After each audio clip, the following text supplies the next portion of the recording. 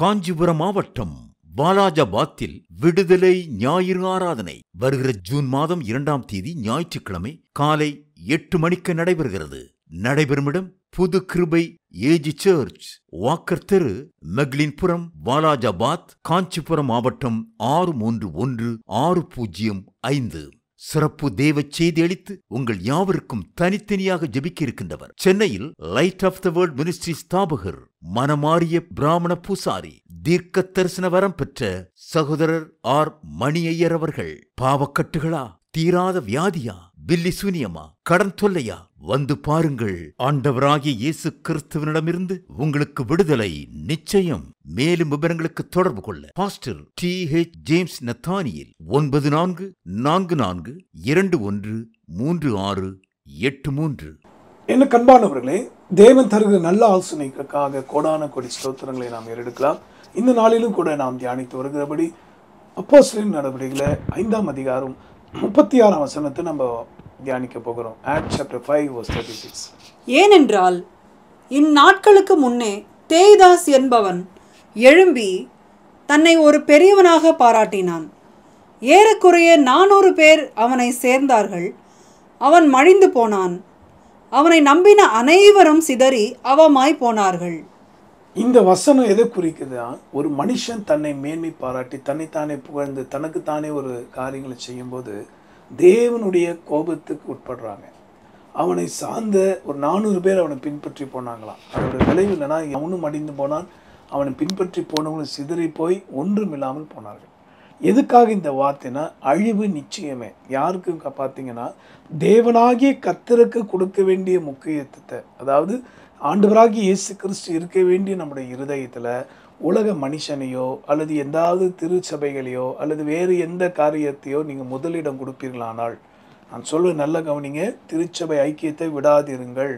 வேதம் சொல்லுகிற ஆலோசனையை நான் மறுபடியும் உங்களுக்கு சொல்லுகிறேன். எபிரேயர் காலத்தில் அந்த நாட்கள்லாம் பார்த்தீங்கன்னா, ரட்சிக்கப்பட்டவர்களை கர்த்தர் நாள்தோறும் திருச்சபையில் சேர்த்து வந்தார். அதனால் திருச்சபை என்பது it is like a family. அது தேவன் நமக்கு கொடுத்த ஒரு பெரிய பாக்கியமான ஒரு ஸ்தலம், இடம். ஆக அந்த இடத்துல நாம் ஐக்கியப்பட்டு இருப்போமானால் அந்த அன்பில், ஐக்கியத்தில், உபதேசத்தில், சத்தியத்தில் நாம் நிலைத்திருக்கணும். ஆனால் இன்றைக்கு மனுஷிகமான வைராகியங்களை சில மனிதர்கள் வைத்திருப்ப நினைக்கும் போது மனம் உடைந்து போகிறது. அதாவது ஊழியர்களாகிய நாங்கள் தேவனால் பயன்படுத்தப்படுகிற பாத்திரங்கள் தான். குயவன் கையில் இருக்கிற ஒரு களிமண்ணை போல எங்களை அர்ப்பணிக்கும் போது தேவன் என்ன செய்கிறார்? அவருக்கு சித்தமானபடி எங்களை வணைந்து சீர்படுத்தி பக்குவப்படுத்தி இன்னும் பக்குவப்படுத்தி கொண்டே இருக்கிறார். இது ஒரு நாள் ப்ராசஸ் அல்லது ஒரு வருட ப்ராசஸ் அல்ல. பரலோகத்தில் ஆத்துமாக்களோடு போய் சேருகிற வரைக்கும் இந்த காரியம் தொடர்ந்து கொண்டு தான் இருக்கும். ஆக தயவு செய்து பவுல் சொல்வது போல உங்களை பார்த்து நான் சொல்லுகிறேன், மனிதராகி என்னை நீங்கள் பின்பற்றுங்கள். அதில் தவறு இல்லையானால் என்னுடைய ஜெப வாழ்க்கையை நான் கர்த்தராகிய இயேசு கிறிஸ்துவின் வைத்திருக்கிற விசுவாசத்தை, தேவனுடைய கிருபையினாலே ஏழைகளுக்கும் திக்கற்றவர்களுக்கும் மிஷனரிகளுக்கும் செய்கிற நற்பணிகளை, நற்காரியங்களை, இப்படிப்பட்டதான வைராகியமான சத்தியங்களை, ஊழிய ஆத்ம பாரங்களை, இப்படி பல நல்ல நல்ல காரியங்களை நீங்கள் பின்பற்றலாம், பின்பற்ற வேண்டும் என்று நான் விரும்புகிறேன். ஆனால் இங்கே நம்ம வாசித்த ஒரு மனுஷன் என்ன பண்ணா, தன்னை பெரியவனாக எண்ணி, இன்னைக்கு நிறைய இடங்களில் கர்த்தருடைய வார்த்தை கொடுப்பதாய் சொல்லி சில தங்களை தாமே மேன்மைப்படுத்தி தங்களுக்கு தாமே கோபுரங்களை கட்டி தங்களுக்கு தாமே பல காரியத்தை செய்கிறார்களே தவிர இனியாலும் கூட கர்த்தர் அதை மகிமைப்படுவதில்லை. அதனால ஆதியாம் புஸ்தகத்தில் கூட நீங்கள் பார்த்தீங்கன்னா, அந்த புக் ஆஃப் ஜெனிசிஸில் பிதா குமாரன் பரிசுத்தாவியாக திருத்தவ தேவன் என்ன சொல்ல தெரியுமா? நாம் போய் அவர்களை சிதற பண்ணுவோம் என்று சொல்லி தங்களுக்குத்தானே மனுஷர்கள் கோபுரங்களை உயரமாய் கட்டின நேரத்தில் கர்த்தருக்கு கோபம் மூட்டினார்கள். எதுக்கு இதை நான் சொல்கிறேன் என்றால், தேவனால் புகழப்படுகிறவனே உத்தமன், தன்னைத்தானே புகழ்கிறவன் உத்தமன் அல்ல என்று மிக தெளிவாக பரிசுத்த வேதாந்தத்தில் சொல்லப்பட்டிருக்கு. இந்த நல்ல ஆலோசனை என்னன்னா, தயவு செய்து எந்த சூழ்நிலையிலும் உங்கள் இருதயத்தில் கர்த்தராகிய இயேசு கிறிஸ்துவுக்கு தவிர வேறு எதற்கும் இடம் தராதீங்க. மறுபடியும் சொல்கிறேன், ஊழியம் செய்வது நல்லது. வேதத்தில் வாசிக்கிறோம், ஆவிலே அனலாய் இருங்கள், கர்த்தருக்கு ஊழியம் செய்யுங்கள். ஆனால் ஊழியமே இன்றைக்கு அநேக இடங்களில் விக்கிரமாய் மாறுவதை பார்க்கும்போது சங்கடமாக இருக்கிறது. அதோட அர்த்தம் என்னன்னா, ஊழியம் கொடுத்த, இது ஊழியத்துக்கு வேறு பிரித்த கர்த்தருக்கு தர வேண்டிய நேரத்தின் அவருக்கு தர வேண்டிய முக்கியத்துவத்தை நீ கொடுக்காம தாங்கள் இன்னும் மகா பரிசுத்த ஸ்தலத்தில் எப்போதும் நின்று கொண்டிருப்பதாக எண்ணி தங்களைத்தானே பெரியவனாக எண்ணி இன்னைக்கு அநேக பார்த்தீங்கன்னா வெளியே நாவல தேன் ஒழுக மனத்தாழ்மையாக இருப்பது போல பேசினாலும் பாசாங்கு செய்கிறார்களே தவிர இருதயத்தின் ஆழத்தில் அந்த பெருமை ஒட்டி இருக்கிறபடினால என்ன ஆயிட்டு அங்கே பார்க்குறோம், அவனும் மடிந்து போனான், அவனை சார்ந்த 400 பேரும் சிதறி போனார்கள். இன்னைக்கு உங்கள் ஊழியம் சிதறக்கூடாது, உங்கள் குடும்ப வாழ்க்கையில் சமாதானம் சிதறி போகக்கூடாது, உங்களுடைய ஐக்கியத்தில் நன்மைகள் சிதறி போகக்கூடாதுங்கிற ஒரு நல்ல எண்ணத்தில் கர்த்தருடைய ஆவியானவர் கொடுத்த இந்த தெய்வீக ஆலோசனையை ஆத்ம பாரத்தோடு தேவன் தந்த கிருபையினாலும் உங்களுக்கு நான் பகிர்ந்து கொள்கிறேன். ஆகவே தயவு செய்து எப்பேற்பட்ட ஊழியராக இருந்தாலும் ஊழியங்களாக இருந்தாலும் முதலிடம் கர்த்தருக்கு மட்டும் கொடுங்க. அதனால தான் வேதத்தில் மத்தேயு 6:33 என்ன படிக்கிறோம், முதலாவது தேவனையும் அவர் ராஜ்யத்தையும் தேடுங்க. தேவன் இருக்க வேண்டிய இடத்துல தயவு செய்து உன் மனைவியோ உன் கணவனையோ உன் சபையோ அல்லது உன் போதகரையோ அல்ல உனக்காக கண்ணீர் விட்டு ஜெபிக்கிற உங்களுடைய ஊழியக்காரையோ வச்சிடாதீங்க. என் தேவன் தன் மகிமை வேறு ஒருவனுக்கும் கூடார். அப்படிப்பட்ட வைராகியமுள்ள கர்த்தரவர். ஆகவே இதில் நாம் கவனமாக நடப்போம். ஆக பவுல் கலாத்தியருக்கு எழுதும்போது அவர் சொல்லுகிற புத்தியை பார்த்தீங்கன்னா அவர் சொல்லுகிற நல்ல ஆலோசனை கேட்போமா? இன்றைக்கி கூட இந்த நாட்கள் இந்த 21ஆம் நூற்றாண்டில் மிக மிக அவசியமான ஆலோசனையாக அது இருக்குதுங்க. வேதத்தில் சொல்லப்பட்டிருக்கு கலாத்தியன்ஸ் சாப்டர் 5:10 and 12. கலாத்தியர் புஸ்தகத்தில் 5ஆம் அதிகாரம் 10 மற்றும் 12ஆம் வசனத்தை வாசிக்க கேட்போம். நீங்கள் வேறு விதமாய் சிந்திக்க மாட்டீர்கள் என்று நான் கர்த்தருக்குள் உங்களை குறித்து நம்பிக்கையாயிருக்கிறேன். உங்களை கலக்குகிறவன் எப்படிப்பட்டவனாய் இருந்தாலும் தனக்கேற்ற ஆக்கினையை அடைவான். உங்களை கலக்குகிறவர்கள் தரிப்புண்டு போனால் நலமாயிருக்கும். அப்போ அவர் எந்த அளவுக்கு பவுல் பாரத்தோடு சொல்லியிருப்பாரு. இதே கலாத்தியருக்கு அவர் எழுதும்போது சொல்றாரு, புத்தி இல்லாத கலாத்தியரன் கடிந்து கொள்றார். இதை கேட்கிற பிரியமானவர்களே, யார் ஞானமற்றவர்கள் தெரியுமா? இன்னைக்கு மனுஷனை ஓவராக தூக்கி தலையில் வச்சு கொண்டாடுறாங்க பாருங்க. நல்ல கவனிங்க, நாங்களும் உங்களை போல பாடுள்ள மனுஷர்கள் தான். எங்களுக்கும் வாழ்க்கையில் பசி உண்டு, கண்ணீர் உண்டு, தாகம் உண்டு. ஆனால் கர்த்தரையே சார்ந்து நிற்கிறபடினாலே கர்த்தர் அதன் காலத்தில் அதன் நேரத்தில் சில காகங்களை அனுப்பி எப்படி எலியாவை போஷித்தாரோ, எப்படி அன்னைக்கு ஏழை விதவிக்கு அந்த தீர்க்கதரிசியுடைய மனைவி விதவியாக இருந்த நேரத்தில் அவளுடைய கடனை அடைக்க ஒரு தீர்க்கதரிசி அனுப்பினாரோ, அதே போல் நிச்சயமாய் உங்கள் குடும்பத்துக்குரிய ஊழியத்துக்குரிய அனைத்து காரியங்களையும் கர்த்தர் சந்திக்க வல்லவராக இருக்கிறார். ஆனால் இங்கே சொல்லப்பட்டிருக்கிறது, உங்களை கலக்கிறவன் தருப்பூண்டு போனால் நலமாக இருக்கும். நீ யூதாசு எப்படி போனால் நாண்டு கொண்டு செத்தான்.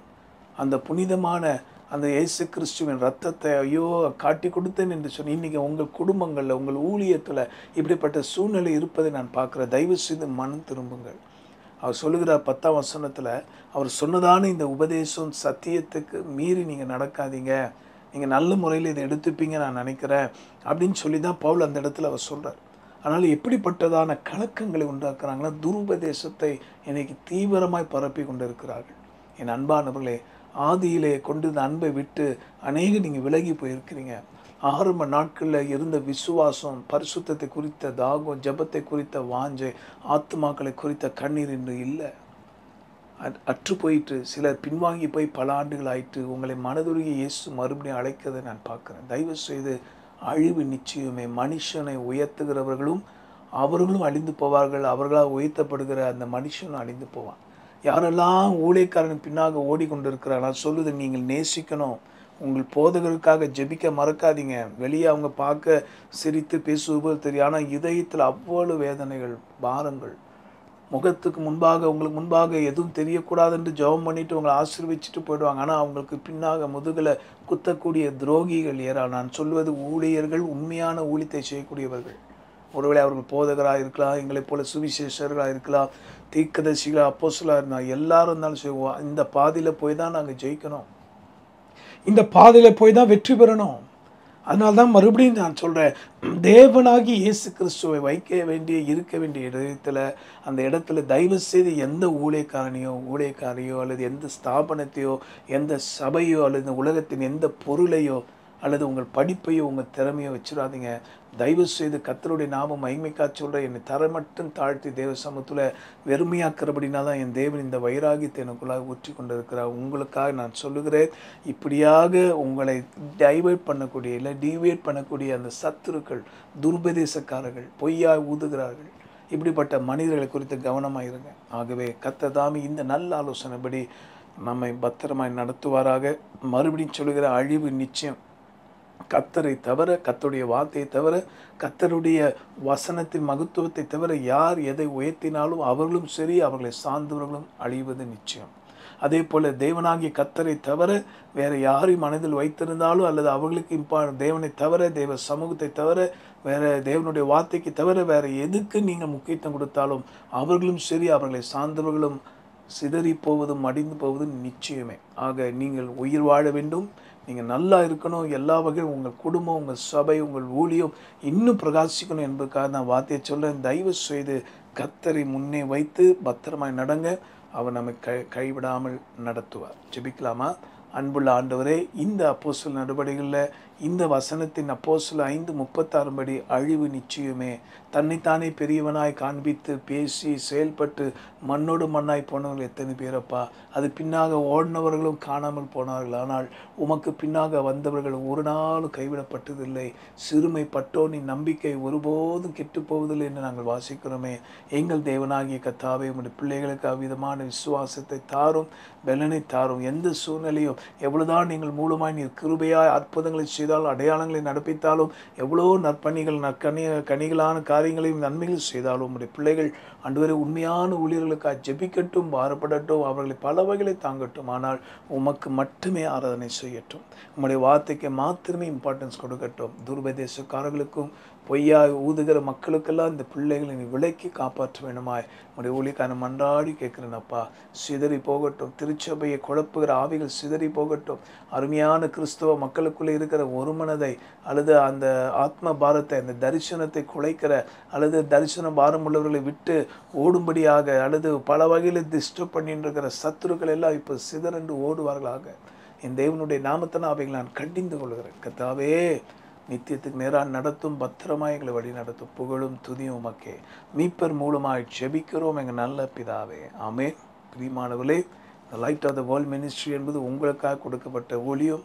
இந்த ஊழியத்துக்காக ஜெபிக்க நீங்கள் மறக்க வேண்டாம். அழிவு நிச்சயம். மனுஷனை ஆராதிக்கிறவர்களுக்கு, மனிதனால் செயல்பட்ட அல்லது மனிதனால் உருவாக்கப்பட்ட கோட்பாடுகள், கொள்கைகளுக்கு அடிமைப்படுகிறவர்களுக்கு அழிவு நிச்சயம். ஆனால் உங்களுக்கு உயர்வு ரெட்டிப்பா சொல்கிற உயர்வு நிச்சயம். காரணம், நீங்கள் இயேசுவை மட்டும் உயர்த்த போகிறபடினால், அவர் வார்த்தையை மாத்திரமே உயர்த்துகிறபடினால், இப்படி ஆண்டவரை மட்டும் மகிமைப்படுத்துகிற உயர்த்துகிற இந்த அற்புத ஊழியத்தை, இந்த செய்தியை நீங்கள் தேவனுடைய கிருபையினால் பிறருக்கு பகிர்ந்து கொள்வதனால நிச்சயமாக நீங்கள் உயர்த்தப்படுவது நிச்சயமே. ஒவ்வொரு கர்த்தர் ஆசீர்வதிப்பாராக. ஆமென். காஞ்சிபுரம் மாவட்டம் வாலாஜாபாத்தில் விடுதலை ஞாயிறு ஆராதனை வருகிற ஜூன் மாதம் 2ஆம் தேதி ஞாயிற்றுக்கிழமை காலை 8 மணிக்கு நடைபெறுகிறது. நடைபெறுமிடம் புது கிருபை ஏஜி சர்ச், வாக்கர் தெரு, மெக்லின்புரம், வாலாஜாபாத், காஞ்சிபுரம் மாவட்டம் 631605. சிறப்பு தேவ செய்தி அளித்து உங்கள் யாவருக்கும் தனித்தனியாக ஜெபிக்க இருக்கின்றவர் சென்னையில் light of the world ministry ஸ்தாபகர், மனமாறிய பிராமண பூசாரி, தீர்க்க தரிசன வரம் பெற்ற சகோதரர் ஆர் மணி ஐயர் அவர்கள். பாவக்கட்டுகளா, தீராத வியாதியா, பில்லி சூனியமா, கடன் தொல்லையா, வந்து பாருங்கள். ஆண்டவராகிய இயேசு கிறிஸ்துவனிடமிருந்து உங்களுக்கு விடுதலை நிச்சயம். மேலும் விவரங்களுக்கு தொடர்பு கொள்ள பாஸ்டர் T.H. ஜேம்ஸ் நத்தானியேல் 9444213683.